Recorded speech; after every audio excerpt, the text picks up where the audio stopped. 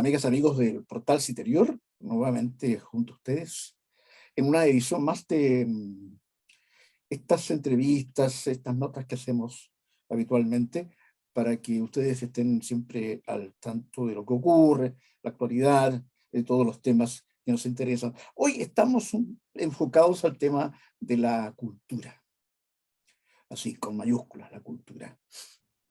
Y nos ha llamado la atención, nos han dicho algunos amigos por correspondencia, que es uno de los temas post-pandémicos, digamos, el tratamiento de la cultura, el teatro, las artes, la música en general.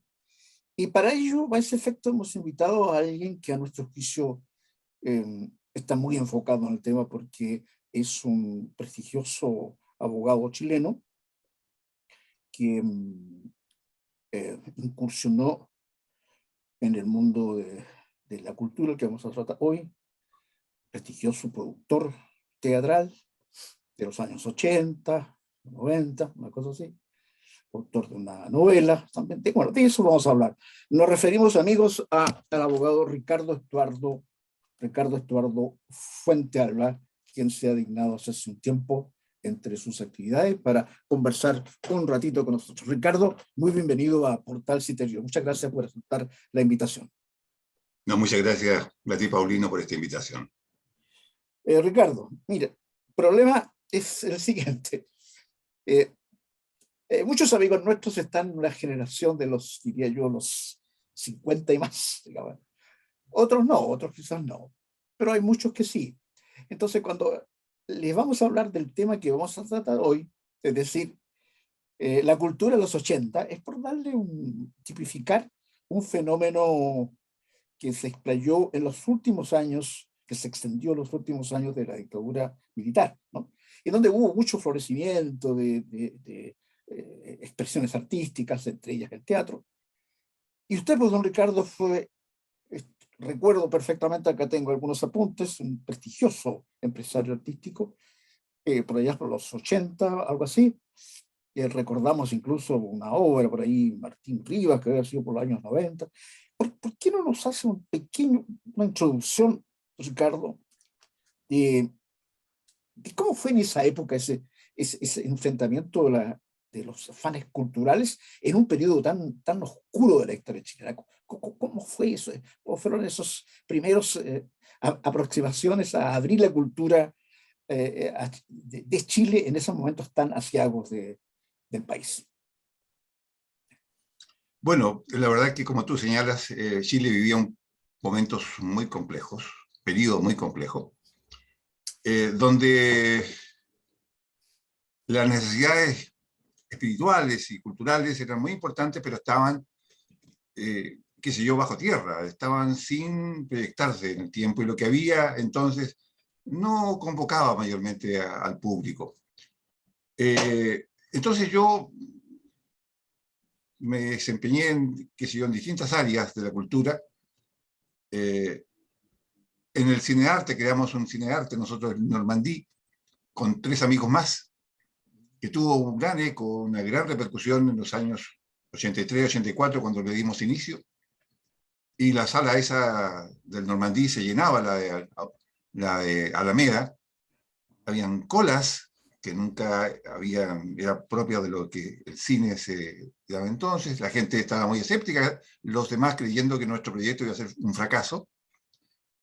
Y la verdad que pudimos hacer cine-arte, o cine seleccionado, con 3 funciones diarias durante la semana, más una función de trasnoche los días viernes y sábado, y cineforo los días domingos en la mañana. Y la verdad que fue un éxito rotundo.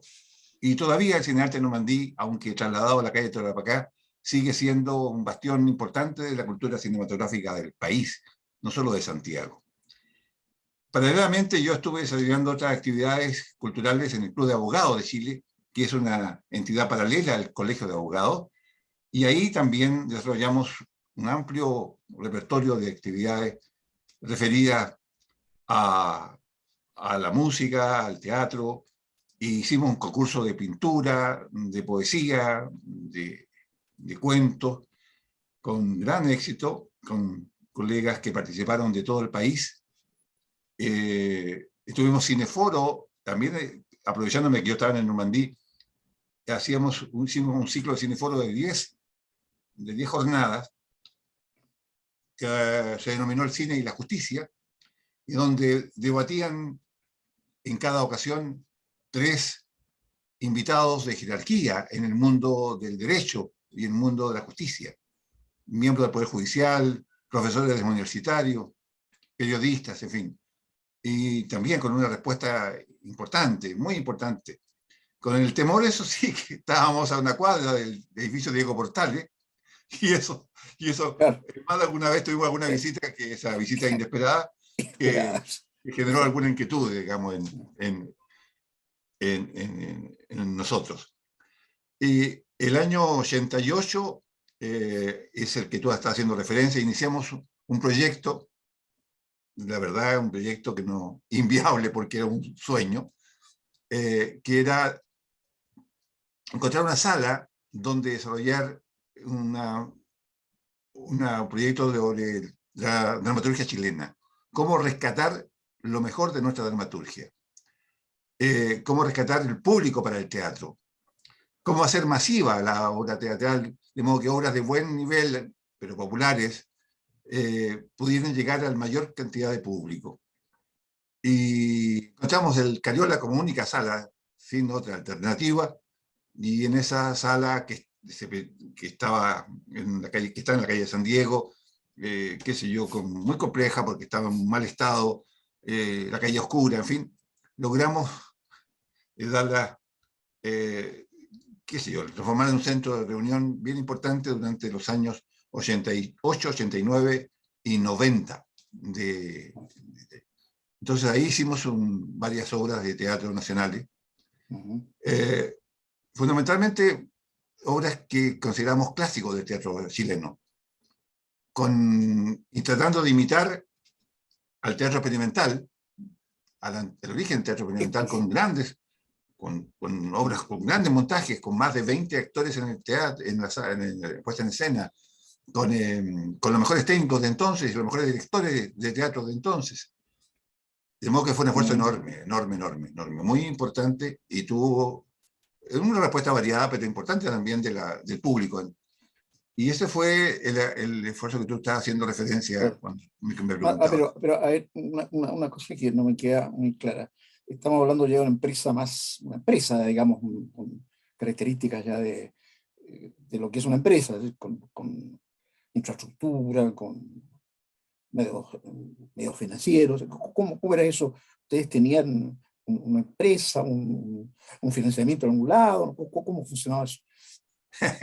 La verdad que resulta bastante difícil de explicar porque hoy día, mirado en perspectiva, no es fácil de entender. No es fácil de entender.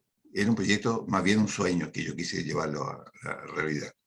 Un amigo que vivía en Italia, que se vino a Chile, me motivó, sabiendo lo que yo estaba haciendo en distintas áreas de la cultura, me motivó a hacer un proyecto sin saber lo que yo iba a inventar, como el que yo estoy mencionando, y me dijo, yo te puedo ayudar a conseguir financiamiento.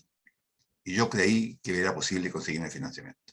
Entonces metí este proyecto creyendo que iba a tener financiamiento. Creamos una productora que se llamó Prodart, y nos encaminamos a hacer esta actividad pensando que en algún momento, si no llegaba al principio, iba a llegar después. Los auspicios y los patrocinios. No ocurrió aquello. No ocurrió aquello y quedamos solos. Entonces, al final me quedé yo a cargo de esta empresa que por fuera se veía como muy bien vestida y bien provista, pero que no estaba ni bien vista, pero que disimulábamos porque las producciones que hacíamos eran de excelencia, fueron de gran nivel. Partimos con La Pérgola de las Flores, que no era la obra que pensábamos inaugurar, porque La Pérgola era un tremendo montaje con una exigencia muy grande. Y nosotros pensábamos partir con una obra de Alejandro Sievekin, pero justo coincidió con que esa obra la montó el itinerante ese año y no tuvimos que dejar lugar a La Pérgola y convencer a Eugenio Guzmán y convencer a Anita González y convencer a un elenco de primer nivel para que participara en este proyecto de iniciativa cuando nadie me conocía en ese entonces, fue muy difícil. Pero fue una experiencia inolvidable. Fue Estamos, muy bueno. estamos hablando, Ricardo, ya en épocas de democracia, digamos. Estamos No, hablando de estamos los hablando del año 90, 88, estamos hablando del año 88, ajá, 1900, ajá, ya, todavía en dictadura. todavía en dictadura. Sí, sí, Pero después vino, recuerdo una obra fantástica, y yo me recuerdo perfectamente eso, yo venía del extranjero, y Martín Rivas me parece que se llamaba, sí. y bueno, una obra grande, así, Bueno, cototudo, como dicen los... los tres montajes que hicimos eran de esa naturaleza. Tú no viste los ¿Sabes? anteriores, pero Claro. Martín Rivas fue el año 90, Mm, el año 90, mm, cuando llegó la democracia. Acuérdate que ese claro, año, al estreno, asistió el presidente de la República, Patricio Elwin, y todos los claro, ministros de Estado. Fue el advenimiento de la democracia, el saludo claro, de cultura y del teatro a las nuevas autoridades del país. claro, claro. Lo Martín que no Rivas. se tradujo en la ayuda económica, digamos, Se al tradujo parecer como lo que como el patrocinio eh, del Ministerio de Educación, claro, pero no hubo, no hubo apoyo económico. Sí, claro, claro. Y entonces daba la impresión de que todos los cronistas de la época, me refiero a los finales de los 80, hablan de ese apagón, emplearon la palabra apagón cultural, ¿no? Efectivamente, nos damos cuenta de que por la relación que había en un gobierno de esa naturaleza, no estaban muchas las condiciones para eso. Hay una teleserie, Ricardo, que usted tiene que haber visto, digamos. Yo también la vi, yo no soy muy amigo de la teleserie, pero también la vi, me pareció de muy buena calidad, que trata este tema de los 80, ¿no? En televisión, sí, una larga, sí. sí, sí. Entonces, ese es el tema que nos preocupa. Y nosotros pensamos que usted es un digno representante de esa época. Estamos hablando de los comienzos de la democracia y, y, y en un teatro ubicado en una calle no muy propicia para el teatro, digamos, porque la calle San Diego era más bien popular, costaba un poco llegar por razones de seguridad. ¿Cómo fue eso? Cuéntenos algo sobre esa circunstancia, digamos. Mira, como tú señalas, no había otra alternativa. El proyecto queríamos hacerlo. Los sueños no son fáciles de esconder. Estábamos en una etapa en que los sueños o los realizábamos o ya no iban a ocurrir. Y fue la única alternativa que encontramos. Una sala que estaba muy deteriorada, con butacas en mal estado, con un foyer también, y sin iluminación, sin la calle, sin luz, oscura, peligrosa, peligrosamente oscura, con asaltos inclusive. Afortunadamente en eso tuvimos algún apoyo. La Municipalidad de Santiago entonces nos puso iluminación en la sala, una bonita iluminación en el frontis del teatro, y además conseguí con otros amigos que instalaran un café muy simpático que tú a lo mejor recuerdas, a la entrada, en Exactamente. reemplazo de algo que era de muy bajo Sí, sí, nivel, un exactamente. café tipo argentino, así de muy Sí. bien, buenas características. Y conseguí un préstamo bancario y arreglé lo que fue más posible, digamos, tanto el foyer como la sala misma. Mm. Eh, de manera que la dejamos acondicionada como para desarrollar el proyecto que estábamos haciendo dentro de nuestras capacidades. Lo demás fue mística. Ahora, quizás alguna anécdota que te pueda contar para el inicio de este ciclo de teatro chileno, que es importante antes de decírtelo, que todas estas obras representan de alguna manera una época de la historia del país.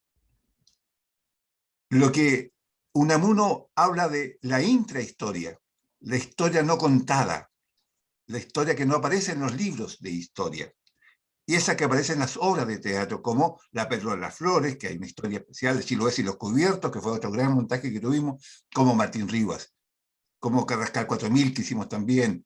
En fin, varias obras que nosotros consideramos que eran necesarias que las viera un gran sector de nuestro público.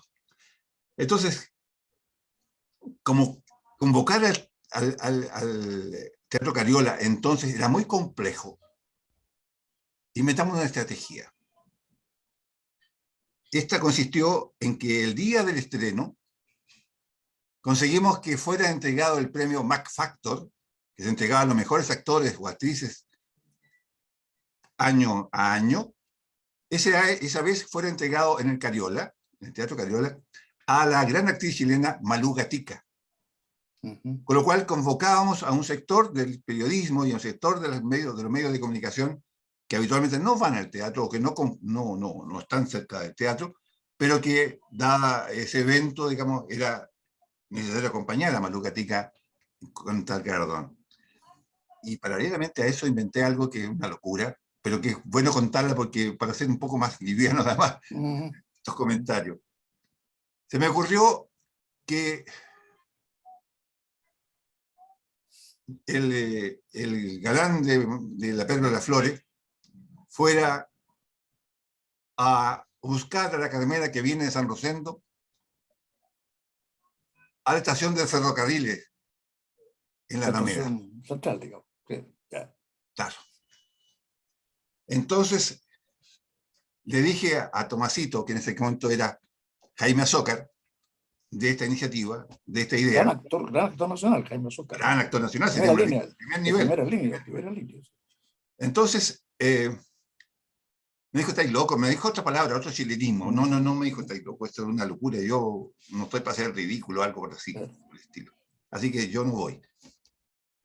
Me da julepe, que no vaya nadie, porque la idea es que además el público apoyara este gesto de Tomasito ir a buscar a la Carmela, que la iba a buscar no a pie, ni en una micro, en un carretón.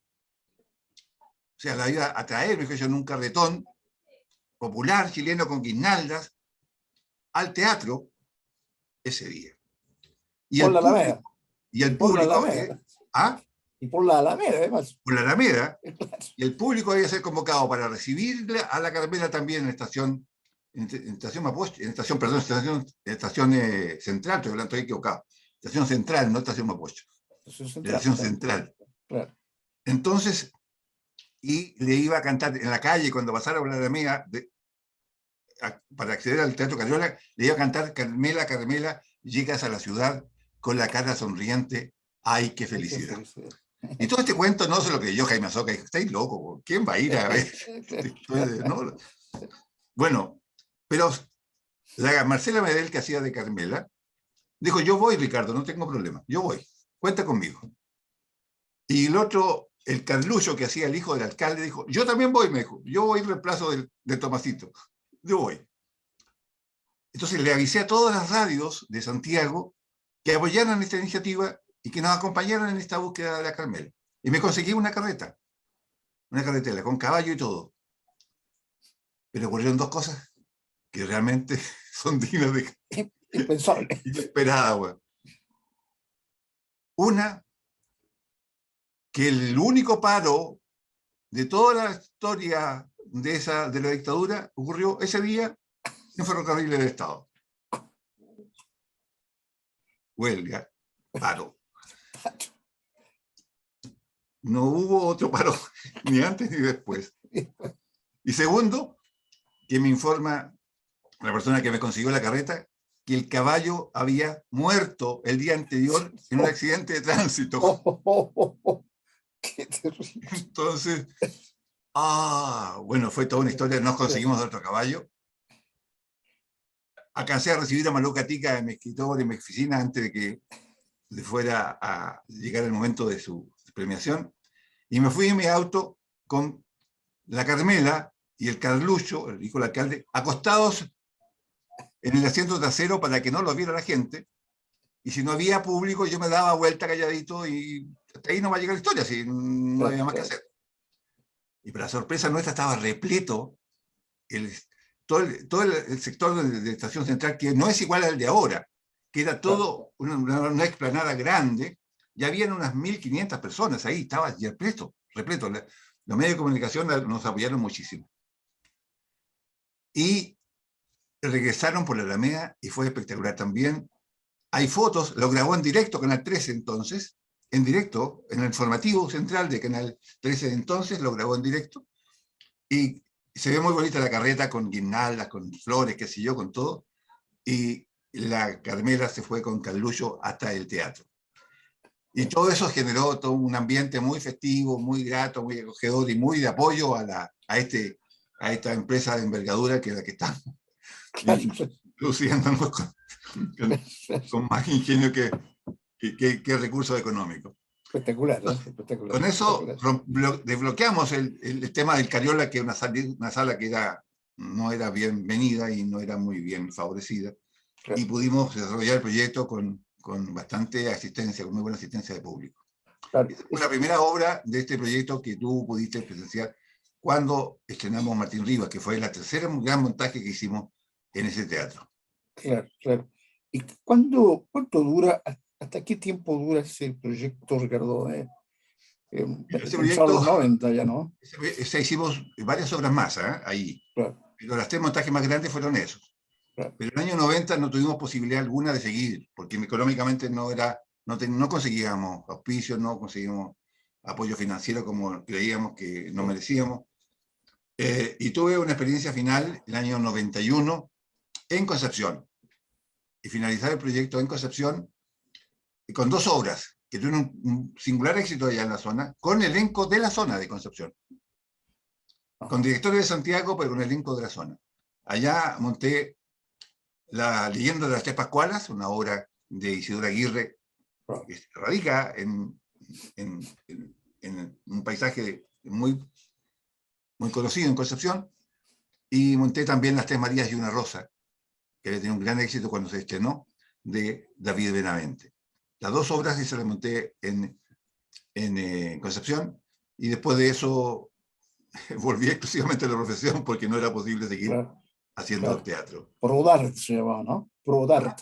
Rodarte. Producciones artísticas, Prodart. Sí, sí. Fue un momento que quizás de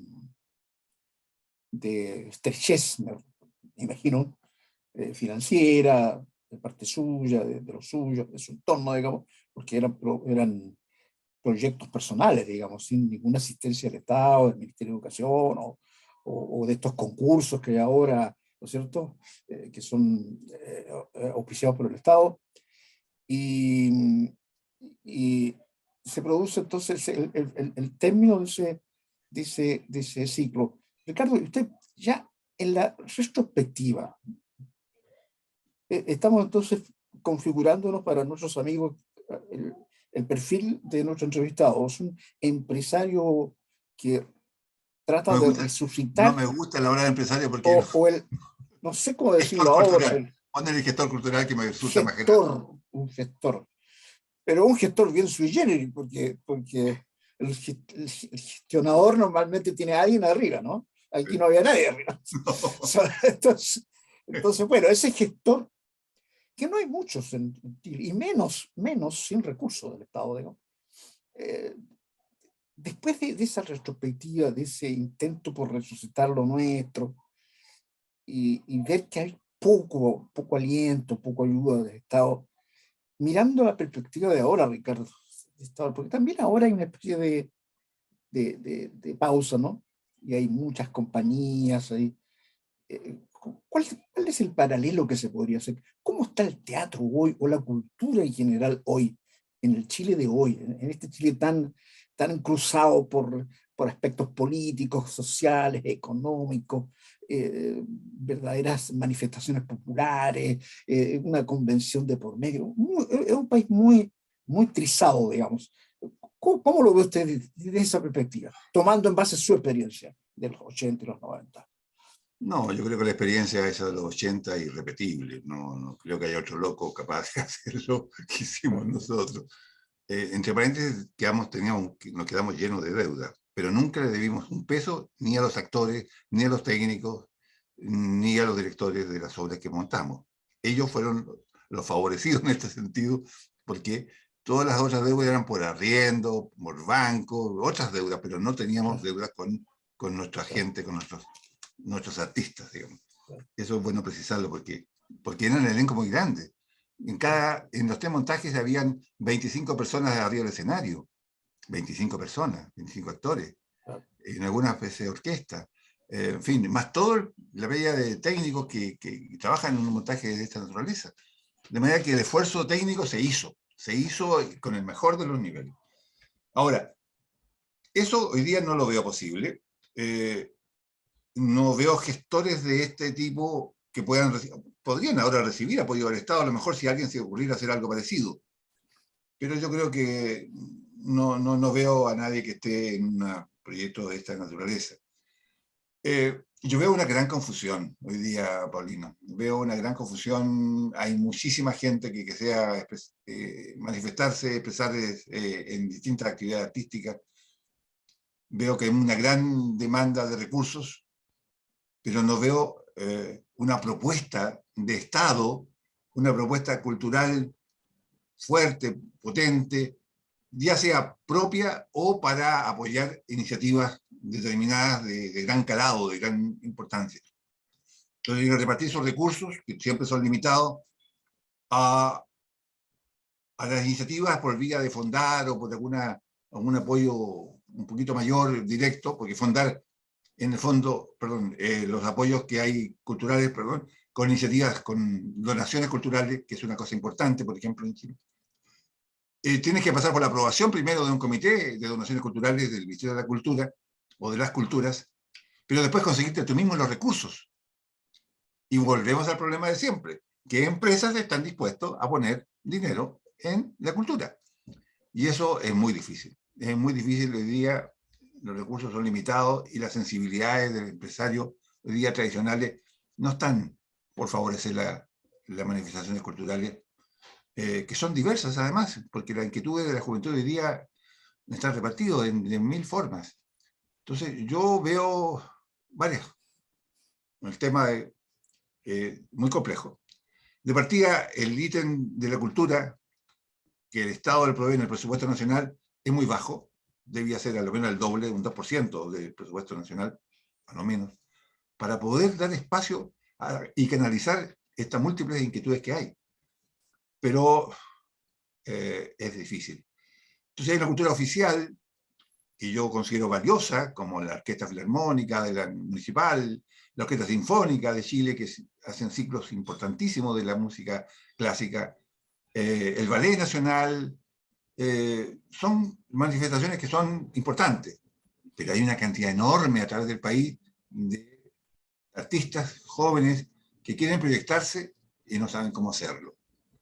Y ahí yo veo complejo que este país que está polarizado, como tú señalas, que está viviendo momentos difíciles en la coyuntura, pueda inclusive dejar espacio para ver obras de contenido, obras de fondo, obras que de alguna manera recreen los problemas que se dan en la vida cotidiana o en el desarrollo de nuestra sociedad. De manera que el tema es complejo, es confuso y requiere gente iluminada y requiere recursos para que pueda hacerse algunas propuestas que sean convocativas, que sean importantes y que tengan, qué sé yo, proyecciones en el tiempo. Claro. Amigas, amigos del portal Citerior, estamos con el abogado Ricardo Estuardo Fuentealba, que es un gestor, tal como dice, gestor cultural, con vasta experiencia en lo que es estos esfuerzos por levantar la cultura, por desarrollar toda una serie de actividades que pongan de relieve lo que somos, porque un país sin cultura pierde su identidad, ¿no? Un poco ya para cerrar, amigos, dado el tiempo, Ricardo, a ver, bueno, usted ya lo ha dicho, es difícil, estamos en una situación muy difícil. Sin embargo, siempre en el ser humano late algo que algunos le llaman optimismo, en el sentido de una esperanza, de un posible cambio.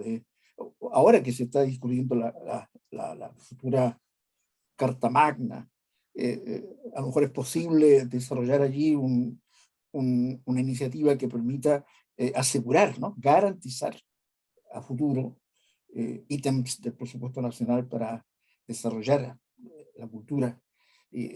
¿Cómo lo ve usted? ¿Cómo, en un par de minutos, cómo nos condensaría usted su aspiración para que esta nebulosa que usted acaba de señalar, que le tocó en vida también, en experiencia propia, sufrir, pueda revertirse y convertirse en un pozo de mayor amplitud y de mayor ayuda, digamos, a nuestro mundo cultural?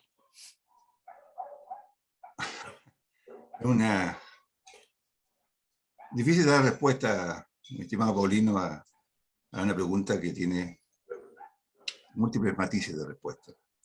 Yo diría primero que hay una autoridad. Yo tengo esperanza, no es que esté tan pesimista, lo veo difícil, pero no lo veo imposible. No para el resultado inmediato, estos proyectos son de vasto aliento, no son inmediatamente para los años próximos. Pero primero que nada, pareciera que así se está pensando por la nueva autoridad y por lo que el ciclo que se avecina, va a haber un presupuesto mayor destinado a la cultura. Yo diría que además de ello, con ese presupuesto hay que saber optimizar sus recursos, de modo de dar espacio a grandes iniciativas que participen en concursos, en lo que fuere, pero fundamentalmente desarrollándolas en regiones. Yo creo que todo el país tiene necesidad de cultura, hay una sed de cultura en todo el país. Y este dinero debería ser repartido con personas, con jurados valiosos, con gente del arte, con gente que tiene trayectoria, debía ser repartido entre los cultores de cada región, los que se están jugando por dar espacio a sus iniciativas personales, o grupales o colectivas, de modo que haya un crecimiento parejo, paralelo, de todo el país en el desarrollo de las expresiones culturales que a veces son autóctonas, que a veces se representan perfectamente a cada región, que no son las mismas de la zona central, pero que tengan espacio, las del norte, con características tan singulares como son esa región, la del sur, que también tiene sus propias características. En fin, yo creo que habría que distribuir los recursos en todas las regiones, de manera que participen además colectivamente en su creación, en su desarrollo, las comunidades mismas, las municipalidades, las universidades regionales, los estudiantes de los colegios públicos que estén en la zona, en fin, todas las entidades que hay en la zona que son representativas de aquella, para que se adopten propuestas culturales que sean representativas de cada zona en particular. Yo creo que por ahí a lo mejor podría ser una buena forma de empezar a cambiar ese ciclo negativo y oscuro en el que estamos y poder dar a nuestro país el realce que tuvo alguna vez, que tuvo durante un buen tiempo la cultura, cuando inclusive había menos recursos, pero sí había una gran voluntad de hacer cosas. Gracias, gracias. Alguien diría por ahí que así sea, que así sea. Así Amigas, sea. amigas del Portal Interior, estamos llegando a esta interesante, muy amena charla con el abogado Ricardo Estuardo Fuentealba, un hombre que ustedes ya lo han visto de trayectoria, no solamente en su profesión, sino que en el mundo de los emprendimientos, como diría hoy, emprendimientos culturales, en una época tan especial y tan convulsa como fue los 80 y los 90, y que nos ha dado su visión sobre lo que es o debiera ser el desarrollo cultural a futuro. Abogado Ricardo Estuardo, muchas gracias nuevamente por haber participado con nosotros en esta muy amena entrevista y una vez más nuestro reconocimiento por su esfuerzo de haber estado con nosotros. Muchas gracias. No, gracias a ti por esta invitación y saludo al público que seguramente va a presenciar este debate y esta conversación. Gracias, Ricardo. Y ustedes, amigos del Portal Interior, una vez más, gracias por su sintonía. Ya estaremos nuevamente junto a un invitado de tanto raigambre, de tanta fuerza como el que hemos tenido hoy, y nos vamos a ver en un futuro no muy lejano. Adiós, amigos, adiós, Ricardo, hasta luego. Adiós, muchas gracias.